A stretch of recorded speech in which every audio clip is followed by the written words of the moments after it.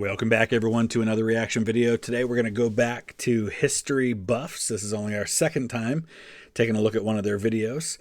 Did one on Gettysburg a few weeks back, and today we're going to take a look at 1917. If you don't already know, I do have a brand new channel that started a couple of weeks ago that is exclusively dedicated to original content concerning the Great War, World War I. And some of the stuff that I've put up here from battlefield visits, things like that, has been going up there, as well as some new stuff that has never appeared on Vlogging Through History. So the link is down in the description if you want to go check that channel out and subscribe. Couple of videos a week going up on that channel, including some new original stuff, and all of my future battlefield visits from World War I and any content I make here in the studio will go there as well.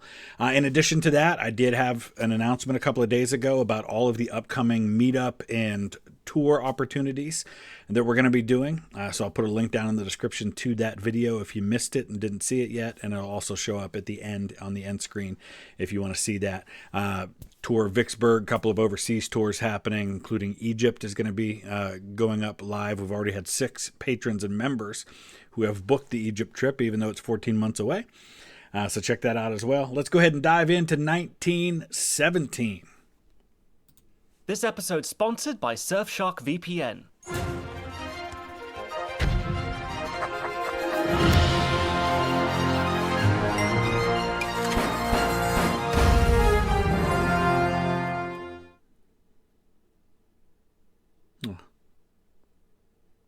Oh, geez. I can relate to that because he lost his father 5 months after I lost my grandmother, or grandfather, and a month after I lost my grandmother, and they were my parents that raised me. So I feel you, Stuart, or Nick. Hello and welcome, History Buffs. My name is Nick Hodges, and today we're going to revisit the war to end all wars with 1917. In 1917, the British and the Germans have been fighting a war of attrition in northern France. Both are left reeling from the disastrous Battle of the Somme, but neither side refuses to give ground. That is until the British wake up one morning to find out that their enemy has disappeared. After initial So, setting the stage, I guess he's diving right into it here. If you think of the Western Front as this 400-mile long line of entrenchments that go from the English Channel to the border with Switzerland, and to oversimplify it, you have the Belgians on the extreme left up near the channel. You have the British next to them, and then the French next to them for most of the line going down to Switzerland. That's an oversimplification of it, but that's the easiest way to think of it in your mind. All Germans on the other side. Now, granted, there are a lot of other troops. When we say British, we're talking about British Empire and dominions, and so we're talking about Australia, New Zealand, South Africa, Canada, all who fought bravely, and many others as well. With the French, you've got the French colonies like Morocco, for example, Algeria, places like that. So there's many countries on the Western Front. There are Americans fighting there. There's a couple of brigades of Russians on the Western Front in the French sector. So when we're talking about the British, though, we're talking about kind of the left flank of the Allied line. This is around Ypres, Belgium. This is around the Somme. This is kind of the two main areas where the British and Dominion forces are fighting. Reconnaissance, it appears the Germans are retreating. Taking advantage of the situation, the 2nd Devons Division are sent after them. But after analysing some aerial data... Just a point of clarification, the 2nd Devons, that would be not a division, that would be a battalion. The way that British Army works, and I'll cover a lot of this on the other channel, but you have battalions that are all part of the same regiment, and you could have 20 battalions from the same regiment. But they don't serve together as a regiment. Regiments are not a unit that serves together in the field. Battalions are. So let's say you have the 2nd Devons. They're a battalion. The 9th Devonshire Regiment, or 9th Battalion of the Devons, the Devonshire Regiment, fought at the Somme. They're separate battalions that could serve in completely different armies, even though they're part of the same regimental designation. So the regiment doesn't have a function as far as order of battle on a battlefield. It's the battalion. You have companies, you have battalions, you have platoons, things like that. But basically, think of battalions that are formed into brigades. That the battalions could be from completely different regiments, formed into brigades that are formed into divisions, corps, and army. The British High Command soon realised the Germans haven't run away, but are consolidating their defences. Hindenburg the Line. British are about to walk into a trap. This is the premise of 1917. Two boys, Lance Corporals Blake and Schofield, are sent on a mission to stop the British attack on the new German front before it's too late. At stake are 1,600 British lives. To get there, the two boys must cross the dangerous land between the two fronts, known as No Man's Land, and venture out behind enemy lines. But how much of 1917 is fact and how much is fiction? Do its visuals accurately portray no man's land and life in the trenches? Although 1917 is a work of historical fiction, it is based on very real events. And this is where we can talk about historical fiction versus real events. You can do historical fiction and do it well if you stick to what's plausible within history. A perfect example of that is Master and Commander, The Far Side of the World. Probably one of the most historically accurate movies ever made, and it's a completely fictional story. But it's true to the history as far as what would have happened in that situation. So 1917 is an example of that. They are fitting a fictional story into the framework of real history. And the way they presented a lot of it, I think they did pretty well with. This review will take a look at the inspiration behind the film to see how accurate it is compared to World War I history and find out if it faithfully recreated the horrors of trench warfare. This is 1917.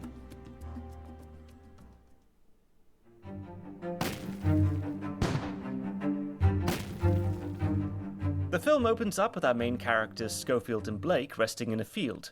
Their sergeant wakes Blake up and asks him to see General Ehrenmoor, who then tells the boys that the Germans have retreated from their front lines, and the 2nd Devon's division is chasing after them. So one of the things I really like about what they did with this movie, if you haven't seen it, definitely check it out. It's a really good movie, is that they take two lesser-known actors. Granted, they've been in some things, and the one actor was in Game of Thrones. He plays Tommen Baratheon, but they take two lesser known actors as your main characters who are like they're enlisted men, and most of the officers that have kind of cameo appearances in this movie are played by big time actors: Benedict Cumberbatch, Colin Firth, Andrew Scott, who's the actor who played Robb Stark in Game of Thrones. He's in there. They're the officers, so it gives them a sense of gravitas and kind of a sense of importance when you see these big name actors play these small roles in this movie. But unfortunately, their intel has revealed that this is a trick. We are here. The 2nd Devons are advancing here. How long will it take you to get there? Now, one thing I will take minor exception with is that they mentioned 1,600 men in this attack. That's more than just the 2nd Devons in that case, because there aren't 1,600 men in a battalion. Even a fully strength battalion is less than that, more like 1,000 or 1,100. But functionally speaking, especially by this point in the war, you're probably talking 500, 600, 700 men in a battalion. They've gone. It'd be more like a brigade. Don't get your hopes up. It appears to be a strategic withdrawal. They seem to have created a new line 9 miles back here, by the looks of it. This new line was the Hindenburg Line, also called the Siegfried Line by the Germans. That's a great point that the Germans called it the Siegfried Line. Siegfried was a fictional character, I think, who fought dragons in German lore. And of course, they have a Siegfried Line in World War II that is kind of their fallback position at the German border that was heavily fortified. The Germans were masters of defense in the latter stages of this war, really even by 1916. For the most part, the Allies are doing a lot of the attacking because the Germans are in Allied territory. They occupy most of Belgium and a little chunk of France. And so the Allies are trying to get it back. And so the Allies didn't create as strong a defensive position in most places because they were meant to be on the attack. So a lot of the fighting, Passchendaele, for example, in 1917, is going to be a major offensive by the Allies. The Somme is a major offensive by the Allies in the summer of 1916. Now, there are exceptions. Verdun was an offensive by the Germans at the city of Verdun. But for the most part, the Germans were dug in pretty well, and so they were really good at like digging really down far. They would have bunkers and barracks and headquarters and everything down below with electric lights and things like that. And This Hindenburg Line was part of their defense in depth system. They would have multiple levels of trenches going back, and they did. They dropped back. They did a reorganization of the army. They went from like four regiments in a brigade to 3. It just kind of created some new divisions and just kind of reworked everything. And Schofield and Blake are tasked with reaching it and finding the man in charge of the attack, Colonel Mackenzie. They need to deliver a letter to stop the attack and save the lives of 1,600 men who are about to be annihilated. And to make it even more personal, Blake's brother is part of the 2nd Devons, and the reason why he was chosen for this mission. His brother's life and that of the 2nd Devons are now in their hands. Motivation. But before we follow the boys on their dangerous mission, it's important to look at the root of this story. To the aftermath of 2 colossal battles fought the previous year in 1916, Verdun and the Somme. At the beginning of 1916, the Germans and the Allies were locked in stalemate over northeastern France. Millions had died to seize ground, but neither side had much to show for their sacrifice. And by this point, they're already planning the Somme offensive, the Allies are, and the reason why the Somme, even though it wasn't the best place, the British really wanted it to be at Ypres. It's where the French and British lines came together, was at the Somme River in that area. And so that was the decision that was made. It was going to be a joint British-French offensive with kind of equal numbers of both. Well, then Verdun happens in February of 1916. And so the French have to divert like 3/4 of all of the French army rotates through Verdun at some point in 1916. And so they reduce the French participation in the Somme, and it becomes a major British attack. Put in charge to re-seize the initiative was the German General Chief of Staff, Erich von Falkenhayn. Knowing that the Allies were planning their summer offensives, he was going to throw them off balance by striking first. His plan was to hit the French hard and crush them before the British even had time to deploy. If he could do that, then Germany could secure a victory on the Western Front. And so on February 21st, 1916, Falkenhayn attacked the French fortress city of Verdun. Now, this wasn't so much an attempt to break through the French lines, but to inflict maximum losses. He chose Verdun because of its strong emotional value to the French. Now, Verdun is one of the most heavily fortified cities on Earth at this time.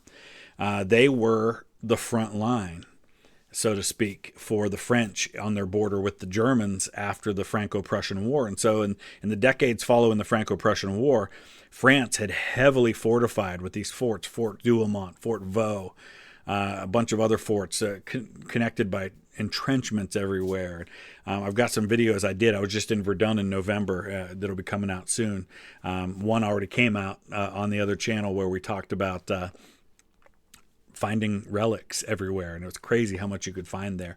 But in his memoirs after the fact, Falkenhayn said that his plan all along had never been to really take Verdun, but really more of a bite and hold, like attack Verdun, grab some of the fortifications, and then bleed France white trying to take it back.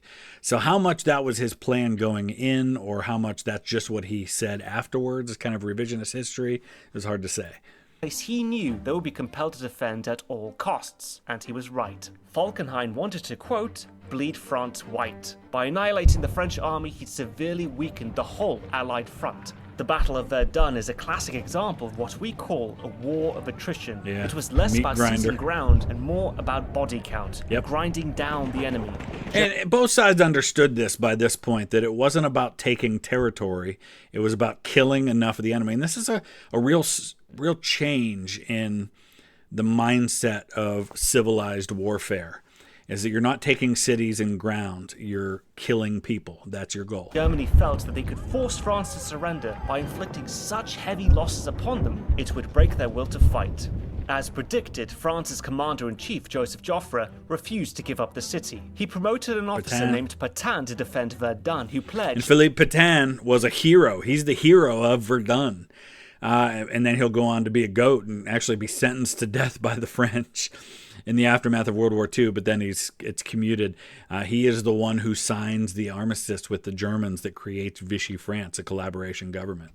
Ils ne passeront pas, or they shall not pass. pass. And when your enemies are at the gate, you have to do everything you can to protect yourself, which is why I like using Surfshark. Everywhere you go online, websites and cybercriminals are constantly trying to track your movements and gather your data. Surfshark VPN, however, keeps your online identity safe by encrypting your personal data. That means they are the barrier between your device and the internet. Whether it be at home or on public Wi-Fi, they even have a clean web feature that blocks ads, trackers, and phishing attempts so you can surf the internet hassle-free. But my favorite part of Surfshark VPN is the ability to change my virtual location. There's a lot of American shows that I love to watch, but for some stupid reason, it's not available in England. Well, with Surfshark VPN, all I have to do is change my location from the UK to the US, and just like that, a whole library of content is suddenly available. Nice. And for that you is guys, frustrating. Surfshark VPN are offering a most generous deal. If you go to this link in the description box below, surfshark.deals/historybuffs, and enter the promo code HISTORYBUFFS, you'll be getting an extra 3 months for free.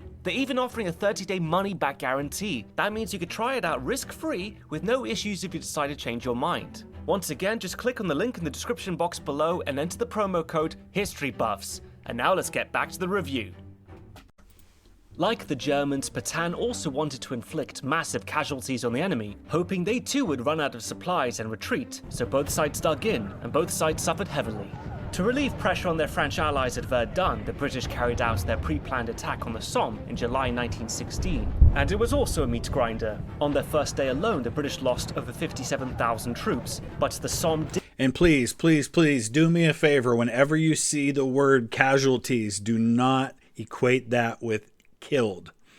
People make that mistake all the time. Ridley Scott even made it in the numbers he presented at the end of his movie Napoleon.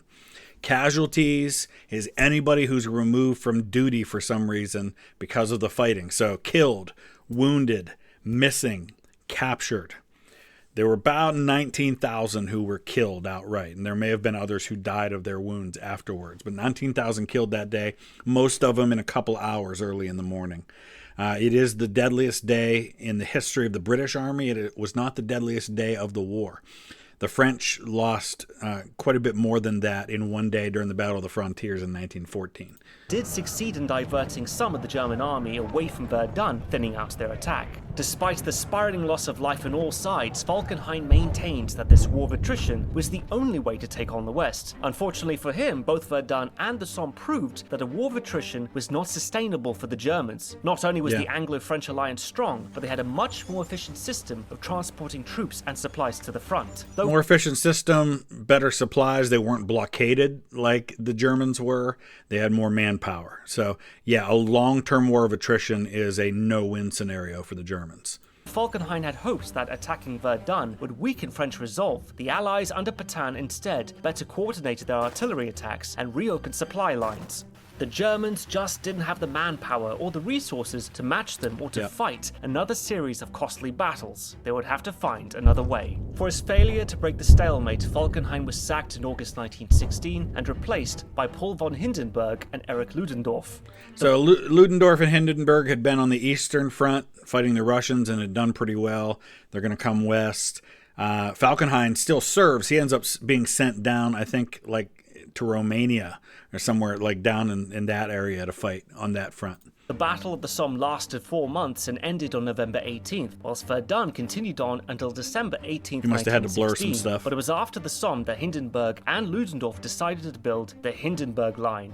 In his memoirs, Ludendorff explained that German headquarters had to bear in mind that the enemy's great superiority in men and material would be even more painfully felt in 1917 than in 1916. They had to face the danger that Somme fighting would soon break out at various points on our fronts, and even our troops would not be able to withstand such attacks indefinitely. Now, the Germans do have one thing going for them at this point. By this point, the Russians are dealing with internal fighting. They're going to civil war.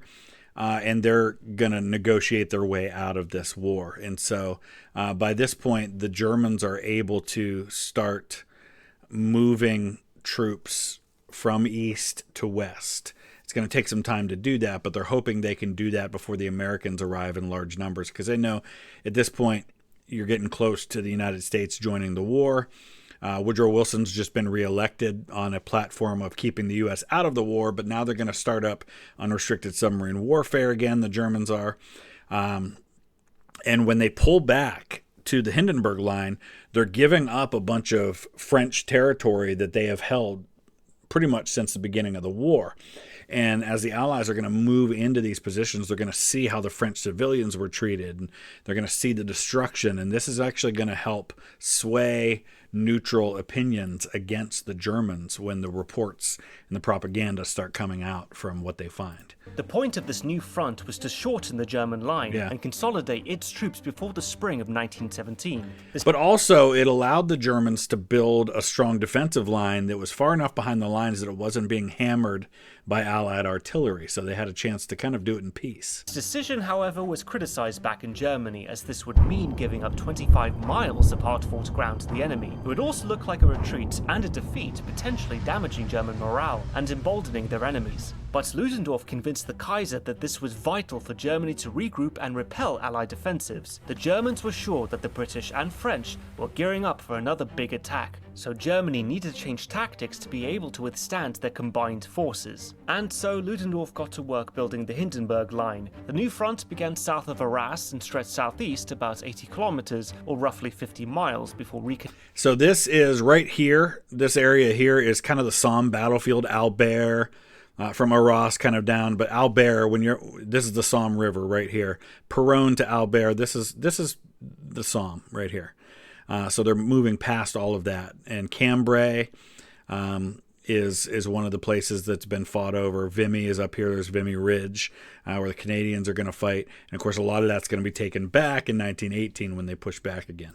Connecting with the original front east of Soissons. Built to be significantly stronger than the old front, Germany spent the end of 1916 and the beginning of 1917 setting it up, before finally pulling their forces back by the middle of March. It featured trenches that were dug 9 to 10 feet deep and 12 feet across to prevent a new British weapon from crossing, the tank, which was first introduced in the Battle of the Somme in September 1916. The trenches, though, were only the beginning of Ludendorff's new strategy. The land between the old front and the new Hindenburg Line became a wasteland, and in the movie 1917 we follow Blake and Schofield as they venture out into the eerily quiet desert the Germans left behind. What we discover through their journey is the horrifying reality of trench warfare.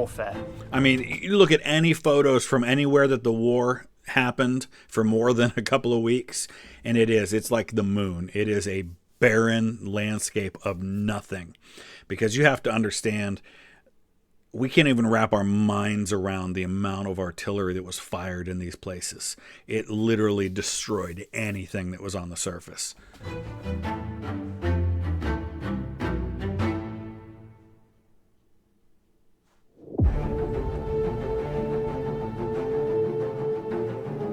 When Blake and Schofield steel themselves to climb over the trench wall, they're prepared to meet an onslaught of German fire. After all, sticking your head above ground has always been a sure way of getting sniped. But as the two go over the top, they're stunned to find that the Germans really did fall back as General Ehrenmoor told them. And there's a really cool scene in the movie where Andrew Scott, who's a phenomenal actor, he's in Band of Brothers, he played Moriarty in Sherlock Holmes, he was in John Adams, a lot of stuff. If you're into Shakespeare, check out Andrew Scott doing Hamlet. It's one of the most incredible acting performances I've ever seen in my life. It's on YouTube. But he has this small part where he's giving them instructions before they go over the top. And he's very nonchalant about how he's talking about, you'll see the bowing chap, who's a guy who's dead over the barbed wire. And he's talking very nonchalant, but you have to understand how much warfare he's seen, how much death he's seen at that point. And they really do a fantastic job in these opening scenes of them going over, of showing what it would have been like out there with people kind of dead and decomposing and dead horses and just madness. Regardless, they still tread carefully through the barbed wire obstacles and corpses strewn about. The ground that they're navigating through was a thin strip of uninhabited He has to blur those out because YouTube will demonetize you if you show that stuff, unfortunately. Land between the two fronts called No Man's Land, separating the Allied and Central powers on the western. And you see how not all the trees are gone. There's like stumps sticking up like that, maybe up 10, 12 feet. All the photos show that. It's a weird phenomenon, but that's kind of how it happened. They did a great job of portraying this. Front, it was almost 10 miles long. It would have looked just like it does in the movie. Inhuman. Yep. A hellscape peppered with dead animals, burned trees, and the shelled out remains of tanks like this English Mark II. Which, by the way, small in accuracy, but this particular model didn't see action until the Battle of Arras on April 9th, 1917, which is arguably what the battle at the end of the movie is inspired by. But Yeah, but you see the mud everywhere, the craters everywhere. The tanks, yeah, I mean, they were notoriously unreliable, and so they would often break down out in the middle of no man's land. They just have to leave them there. digress. One of the horrifying things about No Man's Land is that it wasn't just an empty space. Yeah. You could hear it too. In her book on World War I, historian Fran Brereton detailed the following description. Men drowning in shell holes already filled with decaying flesh, wounded men beyond help from behind the wire, dying. And notice, just right here, just little details they did. You see right up here kind of the skeleton of a person into the side of the hill. Totally accurate. The reason there are so many missing, so many unidentified, is because if you attacked over no man's land and you got killed out there, you got left out there, and it was sometimes months before they recovered your body, if they recovered it at all, and artillery was hitting and probably drove it down underneath, and to this day, they're finding bodies everywhere out there. Dying over a number of days, the cries audible and often unbearable to those in the trenches. Indeed, it was a landscape so nightmarish that it even inspired the dead Yep. marshes from Tolkien's Lord of the Rings, He was at the based Somme. on his own experiences at the Battle of the Somme. Anyway, Blake and Schofield eventually make it through and into the remains of the old German front. Now you see, there's another great example. When you go to the Western Front, if you go to places where both trench lines are preserved, German and Allied, you'll notice a difference. You can usually tell right away which ones are the German trenches, because the German trenches are almost always better built. And that went to the mindset of defending versus the Allies, who were attacking more often. And you see that right here, how well built and how deep these German trenches are. Including some of the now deserted underground barracks. And as accurately depicted, the Germans were far more sophisticated with their trench building than the British, much to the envy of Schofield and Blake. Whilst these two would have been used to sleeping in the open air, the Germans would have had some of their living quarters almost 50 feet beneath the surface, 100%. decked out with electricity, toilets, and even beds. You'll see, it'll be going up in the next week or so, my video from Valcois. We went down into the underground tunnels, the mines, on both sides. But on the German side, you had walls and ceilings and bunk beds and like full-on barracks. And you'll see some of that from our visit down into the German mines. For now, though, its only inhabitants are the rats, eating whatever scraps are left. However, the pair soon find that these barracks are booby-trapped, and Schofield nearly gets killed in the explosion, but survives with minor injuries. Now, these booby-traps really did exist. Not only that, but when Ludendorff withdrew his troops, he also ordered them to leave nothing behind for the Allies to use. We see evidence of this as they both leave the barracks and find abandoned artillery cannons with sabotage barrels, and And look at the number of shells. I mean, there's photos of piles 10 times that size around some of these batteries. remains of a burnt forest. All of this was due to a scorched earth policy that took place during the retreat back to the Hindenburg Line. It was known as Operation Alberic. Wells were filled in or poisoned, railway lines were ripped out, buildings were demolished, even the animals were slaughtered. But as I said, this left a bad taste in the mouth of a lot of neutral countries like the United States when the Allies start releasing photos and descriptions of what they did to the countryside on their way out. Mass destruction became a definable feature of the plan. As the Germans regrouped to their new line, they destroyed almost everything in their path. For instance, the town of Bapaume, which is directly between the old and new German fronts, was obliterated in less than an hour. And I have to say, in my opinion, the film does a great job of showing the immense destruction from Operation Alberic, although it does get the date wrong. Several scenes in the movie make it seem like this operation was happening during the events of the film on April 6th and 7th, 1917. But in reality, this was a month after the operation ended. I don't have a huge problem with those little details. It's good to point them out. But you want to portray certain things, and in movies we always have to condense timelines, condense stories, condense characters for the sake of telling the story on film. So I get that. It's still good they showed it. Also, this is a bit of a nitpick, but those artillery cannons are way too close to the front. In real life, they would have been miles away, not only to keep them safe, but because they had such a long range. Big ones, Putting them yeah. this close to the front, practically point-blank range, would have resulted in many of the shells just to fly over the British and miss them completely. Anyway, as the boys continue on their journey, they watch a dogfight between one German and two British biplanes, when the German plane is shot out of the sky and crashes near an abandoned barn. They pull the pilot out of the burning wreck to rescue him, but in the ensuing chaos, Blake is stabbed by the pilot and is mortally wounded. Though shocking and pretty early in the movie, what I do like about Blake's death scene is that it shows the unpredictability of war and its consequences. Death could come at any moment. It's such a random moment in the story where it happens. It really is a gut punch, and that's what this war was. The fact that every World War I soldier had to face every single day. Despite the loss of his friend, Schofield takes the letter intended for the 2nd Devon's Division and continues on the mission. He meets a captain who had just passed through the now destroyed Bapaume and offers to bring Schofield to Acouste-sur-Mer, 6 miles northeast. They get close, but can't cross into the city due to a broken bridge. Schofield leaves the convoy and heads out on his own, but as he begins to cross the bridge to Acouste, he comes under sniper fire. He eventually makes it through and finds the German sniper in the top of an abandoned watchtower, but when he shoots him, he is knocked unconscious. When Schofield wakes up, it is nighttime. He navigates the ruined city in a beautifully shot sequence, running away from enemy... Say this, even in watching these clips, I'm reminded of it. I've watched the movie a couple of times now. The first time I watched it, I wasn't sure how I felt about it, but the more I've watched it, the more I really appreciate it. Just for the sake of portraying what that war was like and what things seemed like. And I really hope that we get more World War I content in TV and movies and documentaries.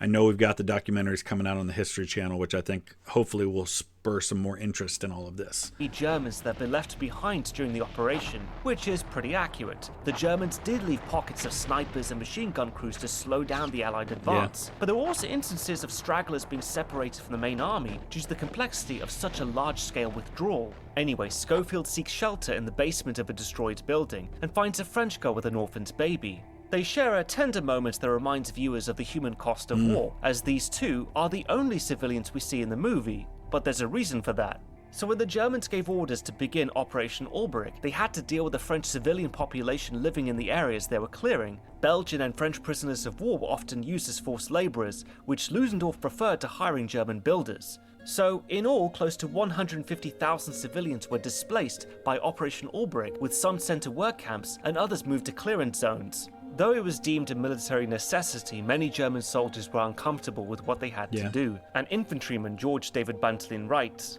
"Today, February 18th, 1917, all inhabitants of the village are to be evacuated. A desolate sight, these roughly 500 people, women, children, and old folk with a few bits of possessions, gathered together on the market square on a rainy Sunday morning.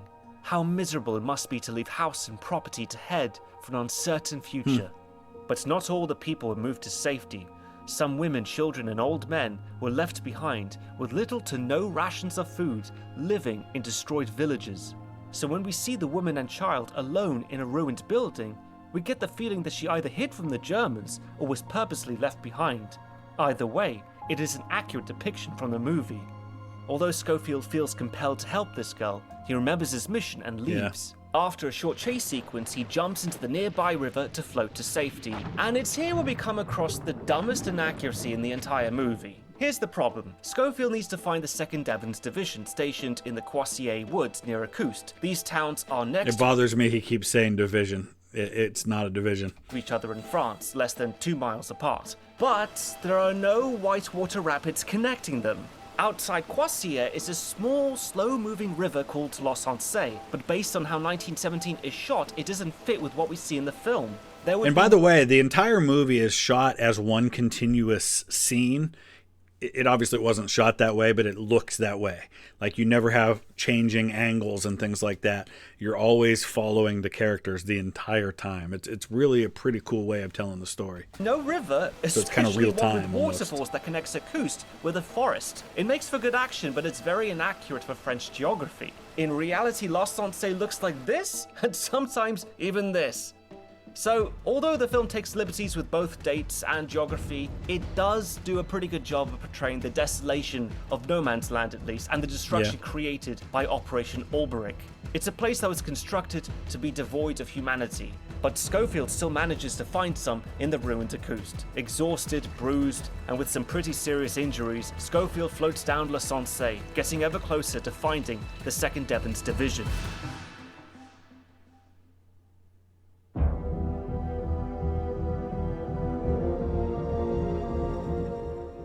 Eventually, Schofield finds a shallow bank and crawls out of the river, having to step on bloated corpses as he goes. Yeah, and this was totally something that happened too. You would have bodies that would float downriver and end up in other places, and that's why occasionally you have military cemeteries in really weird places where there was no fighting.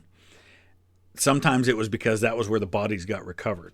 The film is unapologetic about showing the harsh realities of war to as it should be, as we are meant to go through the same trauma as Schofield does. He hears singing faintly in the distance and stumbles towards it. A group of British soldiers are listening to a man sing Poor Wayfaring Stranger. Oh, such a great song. Ed Sheeran has a phenomenal version of Wayfaring Stranger, but this is a really good version too. I love this scene. Song from the mid-19th century about facing death and hoping for a better afterlife. A fitting choice for a group of boys about to rush to their deaths. I get chills. Schofield by this point looks bedraggled, having survived and experienced so much in the past few hours. Believing he's too late to complete his mission, the emotional moments leaves him bereft, until the other soldiers notice and reach out to him.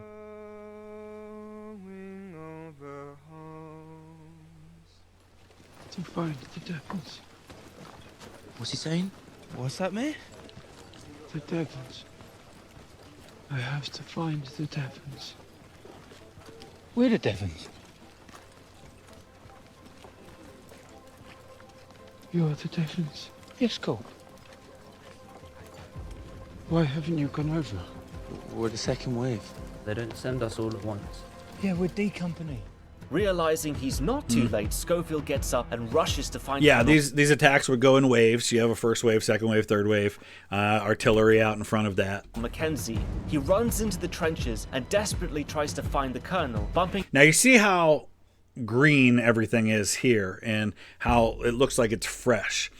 When I first saw this, I was like, man, that is not what No Man's Land looked like. But then the more you think about it, well, this is a brand new line. This is moving up to the Hindenburg line. So yeah, it would have been a lot greener and a lot fresher. Into several captains along the way, preparing the first wave to attack. Sir, I have a message from General Ehrenmoor. Here, the attack has been called off. General Ehrenmoor has called off the attack. Boltzmann, we're about to go over. We've got them on the run. You don't.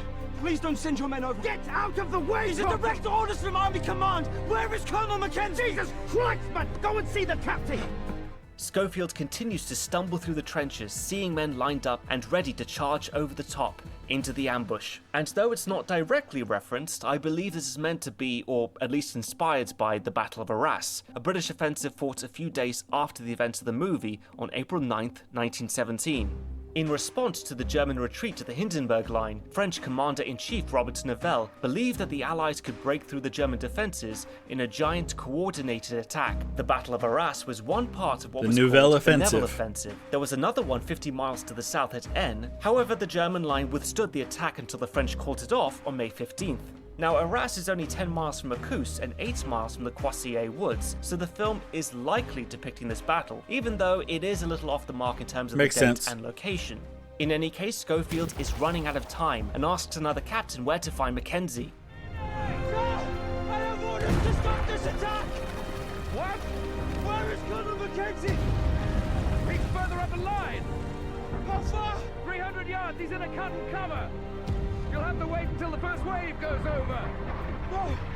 No, I can't!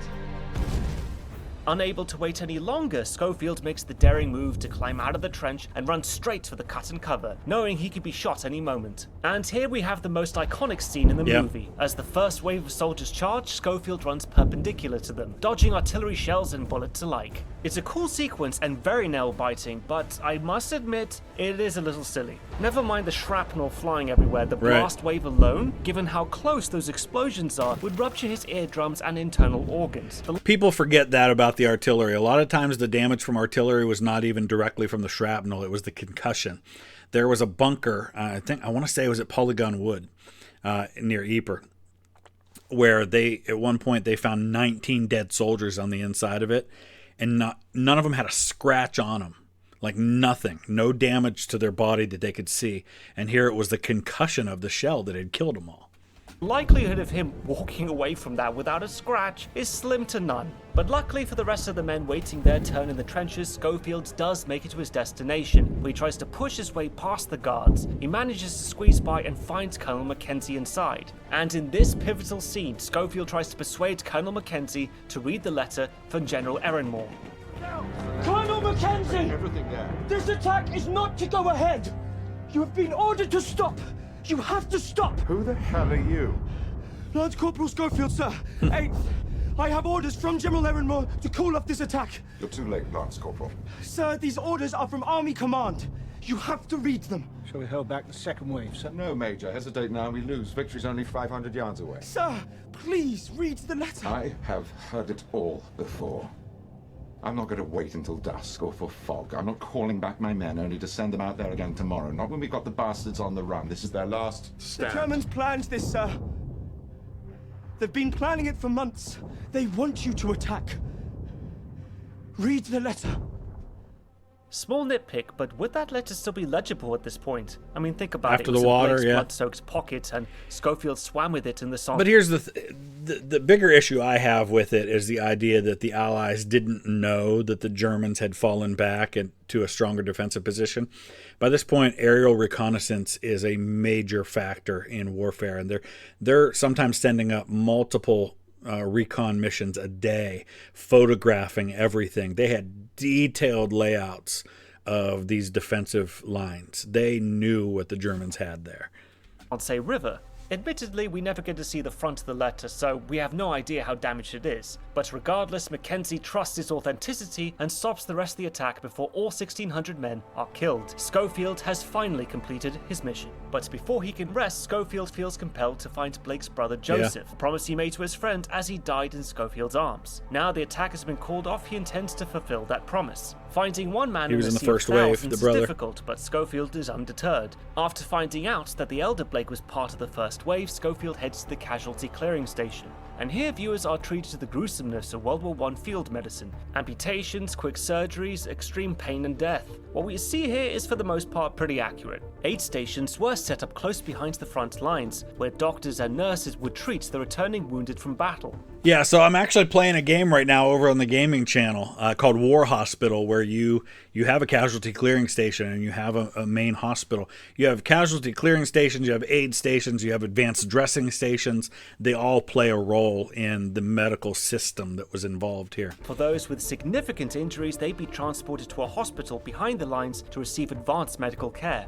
The only criticism I may have about this aid station is that it doesn't seem that well protected. It's out in an open field and very exposed to artillery, but in the context of the movie, maybe they just put it together at the last minute and intend to fix the problem later. That's true. If you go and look at a lot of where the aid stations were, a place like Essex Farm outside of Ypres, where John McCrae wrote In Flanders Fields, it's a fortified bunker protected from artillery.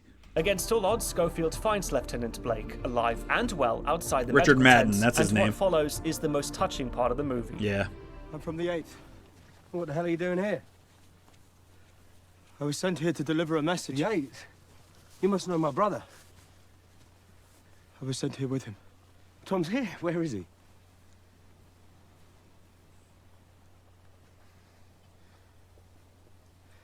He doesn't even have to Just say real it. quick. I'm sorry.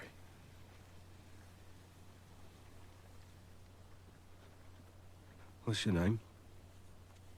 Schofield, sir. Sorry, what? It's Schofield, sir.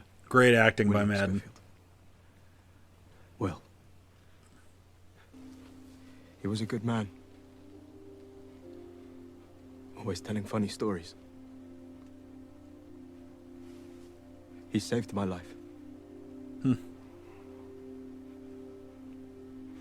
I'm glad you were with him. The two men shake hands and Schofield departs, heading towards a lone tree in the background. His story and our movie ends here, with the Lance Corporal thinking of his family waiting for him back home. 1917 is a beautiful piece of historical fiction set in an often overlooked period of World War I history, and I absolutely love it. The unique feature of this film is that it's shown as one continuous take. The director, Sam Mendes, wanted the audience to feel as though they were part of the story. And as the film ends, we see that it's dedicated to Lance Corporal Alfred Mendez, the director's grandfather. Like Blake and Schofield, Alfred Mendez was a runner in World War I and told stories of having to cross into no man's land. 1917 is Mendez's way of paying tribute to his grandfather and all those who perished in the Great War. By having the audience follow along with Schofield in real time, it feels as if we too are experiencing the trauma of that war. For the most part, 1917 is pretty accurate, even though it takes a few liberties to heighten the drama. It's hard not to laugh at the whitewater rapids cutting through the flat French countryside, or Schofield shrugging off explosions all around him like an action hero. It's also curious that the film is set on April 6, 1917, the date that the US officially joined the war, considering the story doesn't feature the Americans at all. Perhaps it should have been set on April 8th to line up with the beginning of the Battle of Arras, when Schofield eventually makes it to the new front line. But because the characters and the situation in this film are fictional, I can excuse the fact that it plays a little loose with the dates and locations. In any case, 1917 is a must-watch for history buffs, especially those of you who love a good war film or enjoy unique cinematography and storytelling. Though the director took some liberties to create a more Hollywood cinematic experience, the viewers are left feeling like Schofield at the end of the film. Yeah, I think sometimes you have to do that in order to help people connect to the story, like he said. So I've got no issue with that if they stick to the getting the big stuff right. Overcome by the brutality and senselessness of war, but still filled with hope for the future. It's a brilliant film that deserves a watch, if not for the human story, then for the historical portrayal of World War I battlefields and trenches. Well, that about wraps. Now I want to go back and watch it again. It really is a good movie, and I recommend it if you haven't seen it already. So let me know your thoughts. Use the comment section below. Check out those links that I mentioned to the video about all the upcoming meetups and travel opportunities. And please check out Stories of the Great War, my new channel that is dedicated to telling stories about these events. It's a fascinating time and consequential time in history, and there's so many stories that haven't been told, so I'm looking forward to telling them. Thanks for watching.